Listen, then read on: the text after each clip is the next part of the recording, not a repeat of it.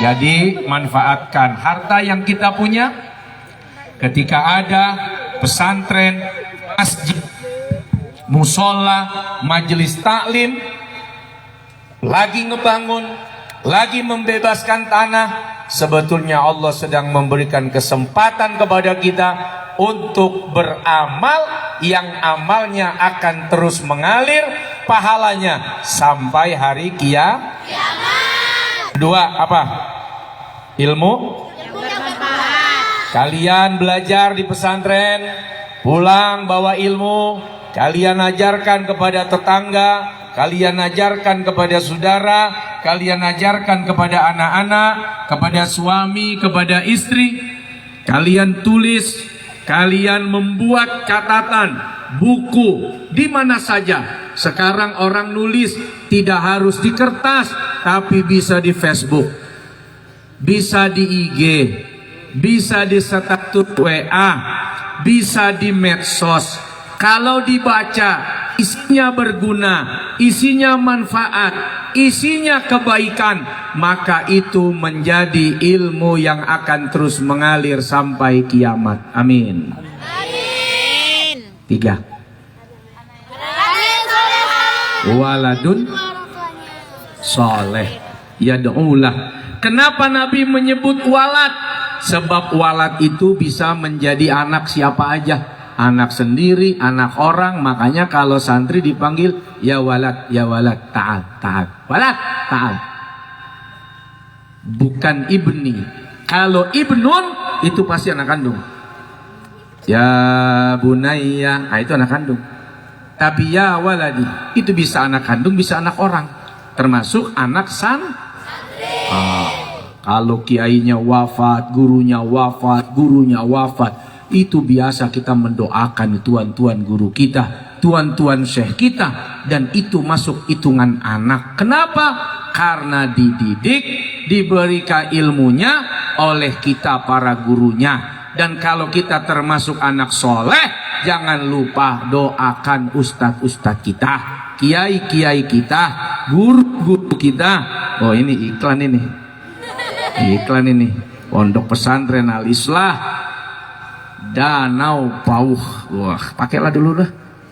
Gak apa-apa ini. Iklan gratis ini.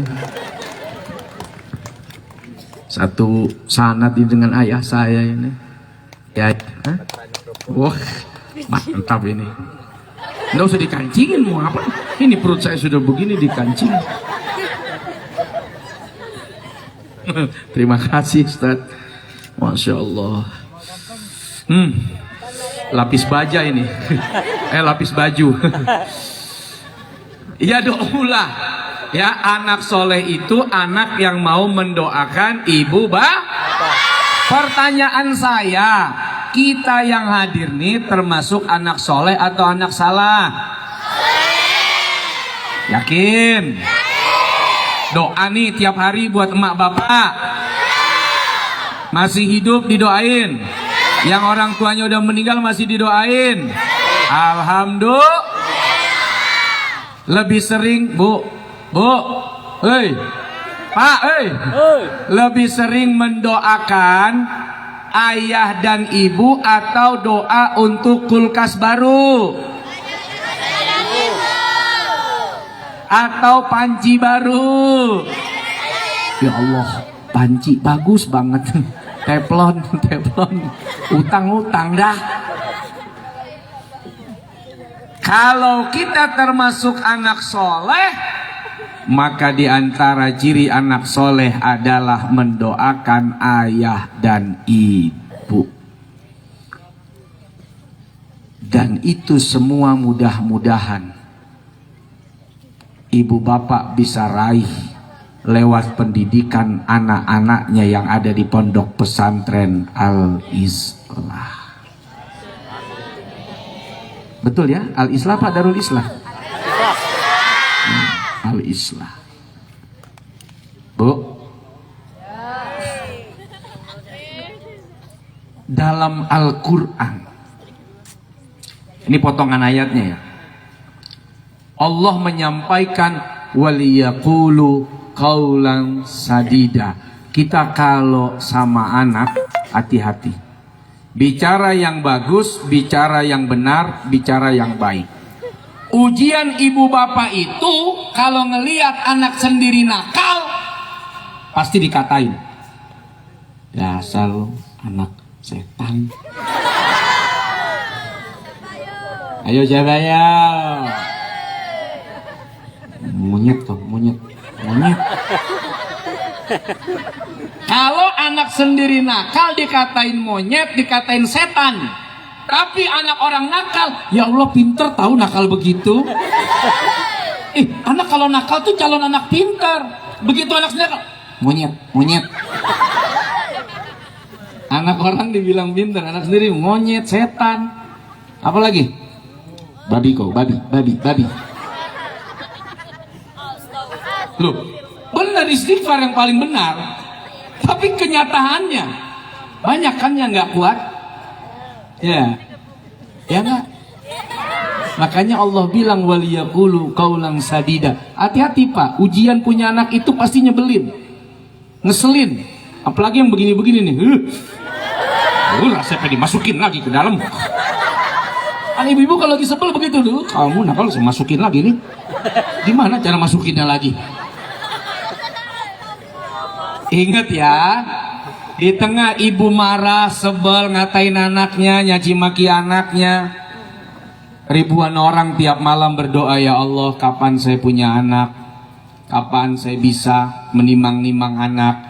Di tengah ibu sebel, kesel, ngedengerin anak nangis, jauh atau dekat rumah kita meminta, ya Allah pengen dengar suara tangisan itu, pengen rasanya mendengar suara manja rengekan seperti orang tua yang direngeki oleh anaknya.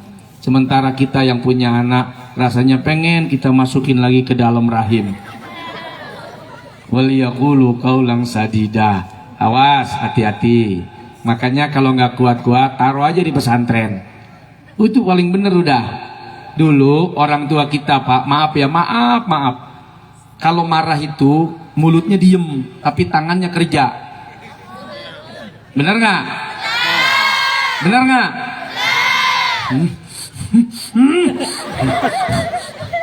Habis Pak di empos. Orang Betawi bilang di empos. Apa di empos tuh? Cubit sampai biru. Mulutnya diem. Dicari semua sudut. Aja itu. Nggak ada kalimat yang keluar. Kecuali ambil gasper. Habis, badan saya habis. Ambil cabai, sumpel ke mulut.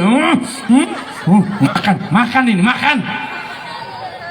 Saya itu, ayah saya, mak saya begitu. Tapi saya baru berpikir itu jauh lebih baik ketimbang dia katain kamu. Katain binatang, bener-bener jadi. Ngatain setan, dicekek emaknya. Makanya banyak anak nyekek emak sekarang. Banyakkah kejadian anak nyekek emak? Nah ini anak setan. Dia pantas nyekek mulu bawaannya. Bener, saya mah inget deh, bener. Bapak emak saya tuh nggak pernah ngomong kasar. Tapi kalau buat nyabet pakai gesper, jangan tanya.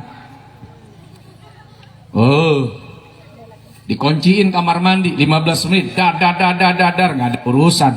Didiemin, dilempar martil, waduh.